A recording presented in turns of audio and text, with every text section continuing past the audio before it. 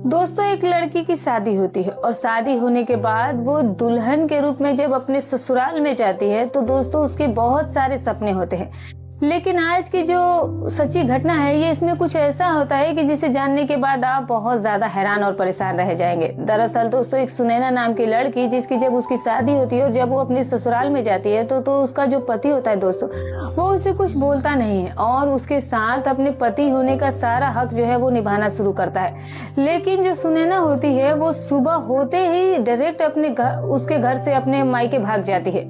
आखिरकार दोस्तों, इसके पीछे का क्या कारण था और इसकी वजह क्या थी? और अब वो जो लड़की है वो अपने घर पर जाकर के अपने माता पिता से ये कहने लगती है कि मुझे उस घर में कभी नहीं जाना है, बल्कि मुझे उस लड़के से तलाक चाहिए। आखिर दोस्तों, उस लड़के ने आखिर इसके साथ ऐसा कौन सा काम किया था कि जिसके कारण जो लड़की होती है वो अपने माता पिता से कहती है कि मैं उस घर में नहीं रहना चाहती हूँ, मुझे तलाक चाहिए।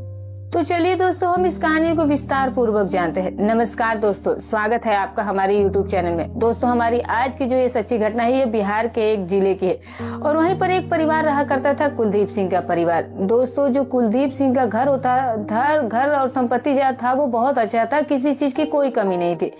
कुलदीप का करीब 10 एकड़ का भी जमीन था जिसमें खेती बाड़ी का काम हुआ करता था। और कुलदीप सेठ का एक लड़का भी होता है जिसका नाम वीरेंद्र होता है। वीरेंद्र जो था वो पढ़ने लिखने में थोड़ा सा आनाकानी किया करता था और पढ़ाई लिखाई वो उतनी अच्छे ढंग से करता भी नहीं था। 8वीं कक्षा तक उसने पढ़ाई करने के बाद जो वीरेंद्र होता है उसकी जो दोस्ती होती है वो कुछ गलत लड़कों के साथ में हो जाती है। वीरेंद्र जो था वो प्रतिदिन घर पर आता था खाना खाने के लिए और फिर जब वो घर से निकलता था तो सीधे वो घर रात को ही लौटा करता था। अब जो कुलदीप होता है उसे बहुत सारी चिंताएं होने लगती है कि जो हमारा बेटा है वीरेंद्र, ये तो ना अच्छे तरीके से पढ़ाई ही कर रहा है और ना ही घर का कोई काम करता है और ना ही खेती बाड़ी में मदद करता है। सारा जिम्मेदारी जो है वो सिर्फ और सिर्फ मेरे ऊपर है। और वीरेंद्र जो था वो दिन प्रतिदिन बड़ा भी होते जा रहा है, लेकिन अब तक उसे कुछ समझ नहीं आ रहा है। वो सिर्फ और सिर्फ उसे बच्चों का ही खेल समझ में आता था और फिर इसके बाद इसे कोई पढ़ाई लिखाई में भी दिलचस्पी नहीं है और ना ही इसे खेत में काम करने से दिलचस्पी थी। अब जो कुलदीप होते हैं वो अपनी पत्नी से भी इस बात को शेयर करते हैं तो पत्नी कहने लगती है कि अभी वो बच्चा है और जब बड़ा हो जाएगा तो खुद ब खुद वो समझ जाएगा। लेकिन दोस्तों, इसी तरीके से 7-8 साल का समय निकल जाता है और यहाँ पर जो वीरेंद्र होता है उसके दोस्तों रहन सहन में अभी तक कोई भी परिवर्तन नहीं आया था, कोई भी चेंज नहीं आया था और जिससे कुलदीप जो थे वो बहुत ज्यादा परेशान हो जाते हैं और वो सोच में पड़ जाते हैं कि क्या करूं क्या ना करूं। और तभी जो गांव के कुछ लोग होते हैं वो कुलदीप से कहने लगते हैं कि देखिए, आपका जो लड़का है वो बहुत ही ज्यादा बदमाशी करता है, कहीं किसी के ऊपर कुछ फेंक देता है तो कहीं किसी के ऊपर कुछ ना कुछ छेड़खानी कर देता है और कहीं तो किसी को मारना पीटना भी शुरू कर देता है और किसी लड़के से ये सामान भी छीन लेता है। इस तरीके का ये गलत काम किया करता है। तो ये सुनकर के कुलदीप बहुत गुस्से में हो जाते हैं और तभी दोस्तों गांव का एक आदमी उनको सलाह देता है कि आपका जो लड़का है वो बच्चा नहीं रहा है, बल्कि अब वो एक जवान लड़का बन चुका है और अब उसकी उम्र भी काफी अच्छी खासी हो चुकी है। तो आप जो है वो अपने लड़के की शादी कर दीजिए और जब शादी कर दीजिएगा और उसकी पत्नी आएगी तो वो खुद ब खुद एक जिम्मेदार व्यक्ति बन जाएगा और जब जिम्मेदारियां उसके कंधे पर आएगी तो वो खुद ही समझदार बन जाएगा। कुलदीप जो होते हैं वो भी अपने मन में इस बात को सोचते हैं और फिर अपने पत्नी से कहने लगते हैं कि गांव के जो लोग कह रहे हैं वो बात सही ही कह रहे हैं। और फिर दोस्तों, जब वो सोचते हैं कि जब वो वीरेंद्र की शादी कर देंगे और जब वीरेंद्र की पत्नी घर पर चली आएगी तो फिर पत्नी के साथ ही वो अपना टाइम भी बिताने लगेगा और जो पत्नी कहेगी वही काम करेगा। वीरेंद्र के ऊपर भी जिम्मेदारियां बढ़ जाएंगी। तो अब दोस्तों, जो कुलदीप होते हैं वो अब इस वीरेंद्र अपने बेटे के लिए एक रिश्ता ढूंढना शुरू कर देते हैं। कुछ ही दिनों के बाद इनके पास एक रिश्ता भी आ जाता है क्योंकि कुलदीप के पास किसी चीज की कोई कमी नहीं थी। इनके पास वैसे भी पहले से भी रिश्ता आ रहा था, लेकिन कुलदीप सिंह उस रिश्ते को ठुकरा दिया करते थे, नकार दिया करते थे। अब जब इनके पास एक लड़की का रिश्ता आता है जिस लड़की का नाम सुनैना होता है, अब इस लड़की को देखने के लिए जो कुलदीप होते हैं वो अपने कुछ रिश्तेदारों को लेकर के कुछ आस पड़ोस के लोग को भी ले लेते हैं और सीधे चले जाते हैं लड़की को देखने के लिए। लड़की देखने जाते हैं दोस्तों तो लड़की वालों के जब ये घर पर जाते हैं तो एक आंगन में बरामदे के जैसा था, वहीं पर 4, 5, 6 जो भी कुर्सियां थी वहीं लगाई गई थी और वहीं पर डाइनिंग टेबल भी लगा हुआ था और वहीं पर जो सभी लोग होते हैं वहीं पर जाकर के अपना बातचीत करना शुरू करते हैं। और अब वहां पर जब सुनैना होती है वो एक ट्रे में चाय लेकर के आती है और सीधे डाइनिंग टेबल पर रखती है और सभी लोगों को नमस्ते प्रणाम करने के बाद वहीं पर वो कुर्सी पर बैठ जाती है। अब वहां पर बैठने के बाद दोस्तों जो भी लोग लड़की को देखने के लिए गए थे कोई उससे नाम पूछ रहा था तो कोई उससे पता पूछ रहा था, कोई पूछ रहा था कि तुम कहाँ तक पढ़ी हो, तो कोई पूछ रहा था कि क्या तुम खाना पीना बना लेती हो। अब जब सभी लोग सब कुछ पूछताछ लेते हैं तो कुलदीप को भी लगता है कि जो लड़की है वो वाकई में बहुत अच्छी है और संस्कारी भी है। और कुलदीप जो है वो हाथ में उसके रस्म के नाम पर कुछ पैसे दे देते हैं और लड़की वहां से सबको प्रणाम करके अपने घर के अंदर, रूम के अंदर लड़की जो है वो रूम में चली जाती है।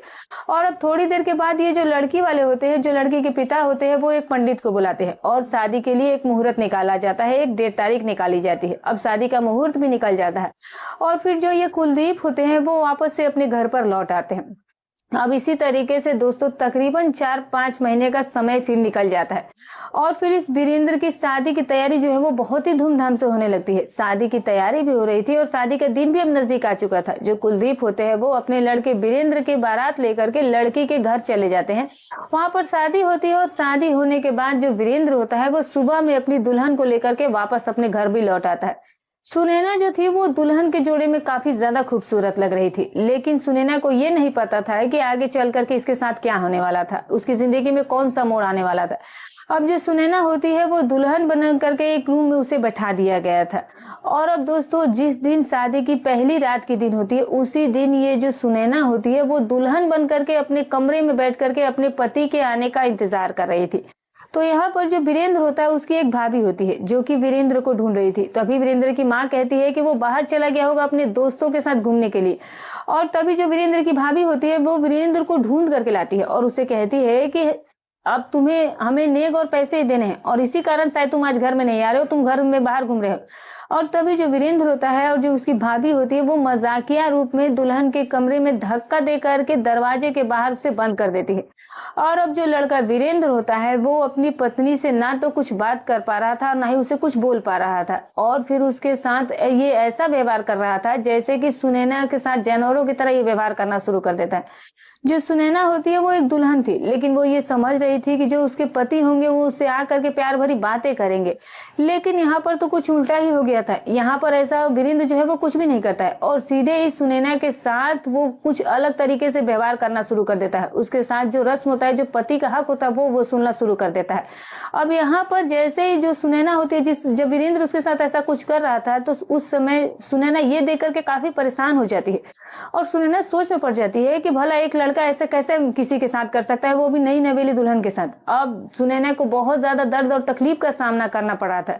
और अब जैसे ही सुबह होता है तो फिर सुनैना जो है वो अपने कुछ सामान समेटती है और अपने सासू माँ से कहने लगती है कि मैं यहाँ पर एक भी दिन नहीं रुकने वाली हूँ। सुनैना जो होती है वो अपना सारा सामान लपेट करके सीधे घर से बाहर निकल जाती है और फिर सीधे वो अपने माँ बाप के घर चली जाती है। अब दोस्तों गांव के जब लोग इस चीज को देखते और जब उन्हें ये पता चलता है तो फिर सभी लोग बिल्कुल हैरान हो गए थे और हैरत में पड़ गए थे कि आखिर ऐसी कौन सी बात हुई कि जो दुल्हन थी वो कल ही आई और एक ही रात में वो सुबह होकर के सीधे अपने घर चली गई।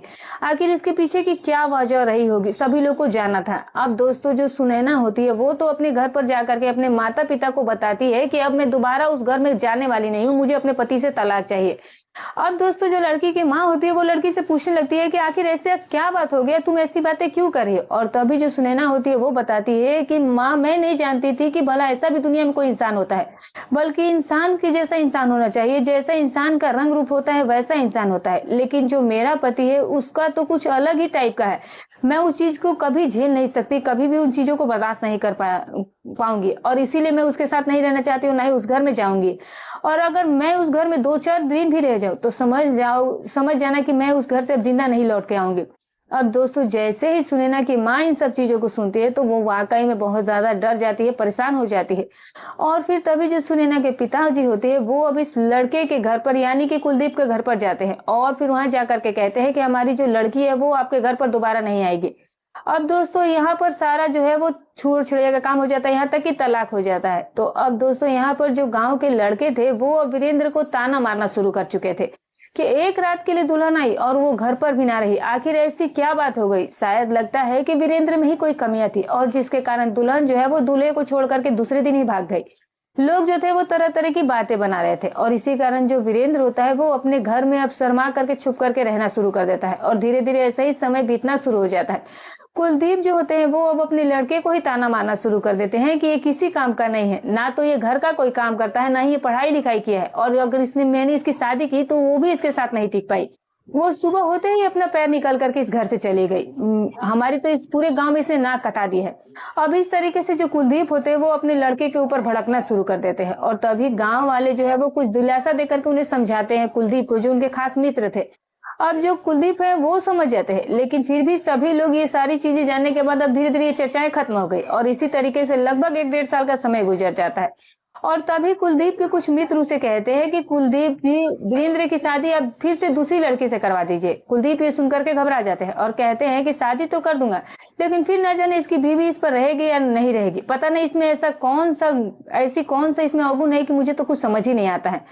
अब दोस्तों जो कुलदीप सेठ होते हैं वो गांव के वाले के कहने के बाद, क्योंकि कुलदीप जो थे वो काफी ज्यादा अमीर थे, उनके पास बहुत सारा खेत था, अपना बहुत बड़ी गाड़ी थी, बहुत बड़ा घर भी था, यानी कि कोई चीज की कमी नहीं थी। एक छोटा सा मिल भी था उनके पास और कुलदीप के घर पर बहुत सारे रिश्ते उनके बेटे के लिए आ भी रहे थे। तभी कुलदीप सिंह उसी में से एक लड़की का फोटो देखते हैं और फिर वो लड़की को देखने ही जाने वाले थे। उस लड़की का नाम परमिला होता है और परमिला को देखने के लिए जाते हैं और फिर शादी भी सेट हो जाती है। और फिर जो परमिला होती है वो दुल्हन बनकर के वीरेंद्र के साथ फिर से इसके घर पर दूसरी पत्नी आ जाती है। तो अब दोस्तों जिस दिन पति और पत्नी का रस्म निभाने वाला होता है, उसी दिन जो परमिला होती है वो दुल्हन बनकर के अपने कमरे में बैठी हुई थी और अपने पति का इंतजार कर रही थी। और तभी वीरेंद्र कमरे में जाता है और इस कमरे में जाने के बाद वो परमिला का घूंघट उठाता है और घूंघट उठाने के बाद ना तो वो उसे कुछ बात करता है, ना ही उसे कुछ पूछता है और फिर उसके साथ जानवरों की तरह उसके साथ समय बिताना शुरू कर देता है। अब जो परमिला होती है वो जोर जोर से चीखने चिल्लाना शुरू कर देती है। सभी लोग जो रिश्तेदार आए थे, जब वो लोग इस आवाज को सुनते हैं तो इस आवाज को सुनने के बाद वो इग्नोर कर देते हैं, सोचते हैं कि शायद जो दुल्हन है वो पहली बार है ये सब कुछ, इसीलिए वो इतना आवाज कर रही है। लेकिन दोस्तों यहाँ पर मामला कुछ और ही था। अब जो ये लड़का होता है, ये वीरेंद्र जो था वो मानने के लिए तैयार नहीं था और लगातार ये पत्नी के साथ समय बिता जा रहा था। अब जो दुल्हन परमिला थी वो बहुत ज्यादा हताश हो जाती है और सुबह होते होते जो दूसरी दुल्हन होती है वो घर से बाहर जैसे ही स्वच्छ होने के लिए बाहर निकलती है और वॉशरूम जाती है, तो दोस्तों इस दुल्हन परमिला को अब चलने में काफी ज्यादा समस्या आ रही थी। और उसकी सासू माँ जब उसे इस हालत में देखती है तो पूछती है कि बहू क्या बात है, तुम इस तरीके से क्यों चल रही हो। और तभी जो है परमिला बताती है कि आपका जो लड़का है वो इंसान नहीं बल्कि एक जानवर है और वो जानवरों की तरह ही पत्नी को ट्रीट करता है। अब ये जो वीरेंद्र की माँ होती है, जब वो इस बात को सुनती है तो वो काफी ज्यादा परेशान हो जाती है कि आखिर ये दुल्हन क्या बोल रही है, मुझे समझ क्यों नहीं आ रहा। और तभी जो परमिला होती है और जो उसकी बहू होती है वो अपनी सासू माँ से कहने लगती है कि आपका जो ये बेटा है इसका तो बहुत ही ज्यादा, ये कहीं से इंसान की तरह नहीं है और इसकी जो चीजें वो ठीक नहीं है। अब जब ये बात वीरेंद्र की माँ सुनती है तो वो घबरा जाती है कि आखिर ऐसा कैसे हो सकता है। और अब दोस्तों उस दिन का भी समय बीत जाता है और अब फिर जैसे ही शाम होती है और जो दुल्हन परमिला होती है वो अपनी सासू माँ के कमरे में जाकर के सासू माँ के पैरों को दबाना शुरू करती है और उनसे कहती है कि सासू माँ आज मैं आप ही के पास सोऊंगी। और तभी जो वीरेंद्र होता है वो अपना खाना खाने के बाद अपने कमरे में जाता है सोने के लिए, तो वो देखता है कि उसकी बीवी जो परमिला है वो तो वहां पर है ही नहीं, क्योंकि वीरेंद्र से जो कुछ लड़के थे वो कह चुके थे कि तुम्हारी जो दुल्हन आएगी तुम उसके साथ तुमने अगर अपना धर्म नहीं निभाया शायद पहले, इसीलिए वो सुबह होते चली गई थी। और इसीलिए वीरेंद्र अब ये नहीं चाहता था कि जो हमारी दूसरी पत्नी आई है ये भी हमको छोड़ करके चली जाए। तो अब जो वीरेंद्र होता है वो अब अपना सारा पति का धर्म निभाने के लिए लगा हुआ था। तो वीरेंद्र कहता है अपनी पत्नी परमिला से कि तुम हमारी माँ के पास नहीं सोओगी बल्कि तुम मेरे कमरे में चलो। यहाँ पर परमिला जिद करने लगती है कि नहीं नहीं, मैं माँ जी के ही साथ सोऊंगी। और तभी दोस्तों जो सासू माँ होती है वो इन चीजों को देख करके परेशान हो जाती है और कहने लगती है कि बेटी देखो, तुम लोग पति पत्नी हो गए और तुम्हें आगे चल करके अपना भविष्य भी तय करना है, तो तुम लोग एक साथ में सोओगे, एक दूसरे से बातचीत करो कि आखिर कैसे हम लोगों को रहना है, कैसे जिंदगी आगे बढ़ानी है। लेकिन दोस्तों यहाँ पर जो परमिला होती है वो बहुत ही ज्यादा लाचार होकर के फिर से वीरेंद्र के कमरे में सोने के लिए चली जाती है। वीरेंद्र जो होता है दोस्तों उस दिन कुछ वो शक्तिवर्धक गोलियां भी उसके दोस्तों ने खिला दिया था और इसीलिए जो वीरेंद्र था और जो उसका रूप होता है वो बेहद ही अलग हो गया था और डरावना हो गया था। और अब दोस्तों जो वीरेंद्र होता है वो अपना पति होने का धर्म जब अपनी पत्नी के साथ निभाने लगता है तो फिर जो उर्मिला होती है वो कभी बेड पर रहती है तो कभी बेड से नीचे चली जाती है, कभी बेड के नीचे उस साइड दूसरी साइड खड़ी हो जा रही थी। अब जब परमिला को अपने आप उससे बर्दाश्त नहीं हुआ तो फिर तुरंत ही वो उसी रात के समय रूम का गेट खोलती है और सीधे कमरे से बाहर निकल आती है और बाहर निकल करके सीधा अपनी सासू माँ के पास जाती है। और सासी माँ उसकी समझ जाती है कि जरूर उसके लड़के में ही कोई ना कोई कमी है, उसी के लड़के की वजह से जो दुल्हन है वो भाग जाती है और कि ये दुल्हन भी क्यों भाग करके मेरे पास आ गई।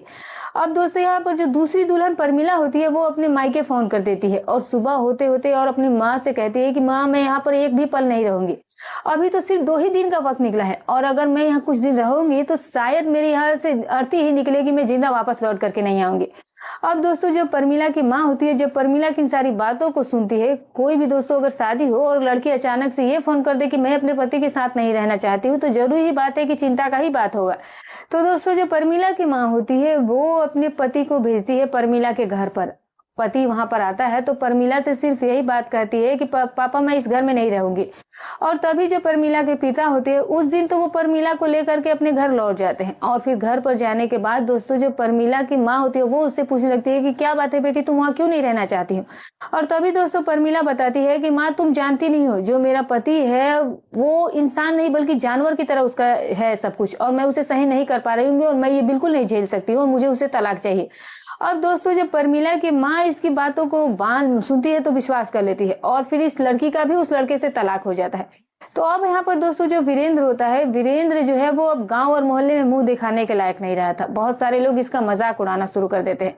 जो कुलदीप थे वो भी काफी ज्यादा चिंतित हो गए थे और अपने लड़के वीरेंद्र से कहते हैं कि तुम जो है वो नालायक हो, तुम किसी काम के नहीं हो, तुम हमारे घर को छोड़ करके निकल जाओ।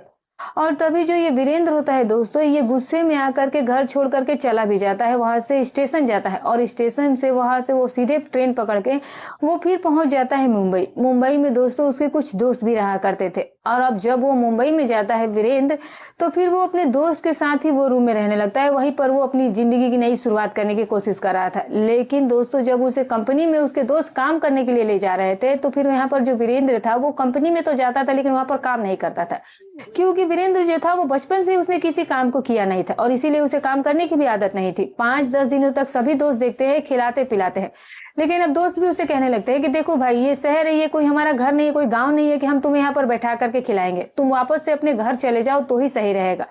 तो अब दोस्तों जो वीरेंद्र होता है जब वो वहां पर अपने दोस्तों के भी ताने सुनता है तो फिर वहां से ताने सुनने के बाद वो फिर से वो ट्रेन पकड़ता है किसी दूसरी जगह पर और पंजाब के अंबाला स्टेशन पर चला जाता है।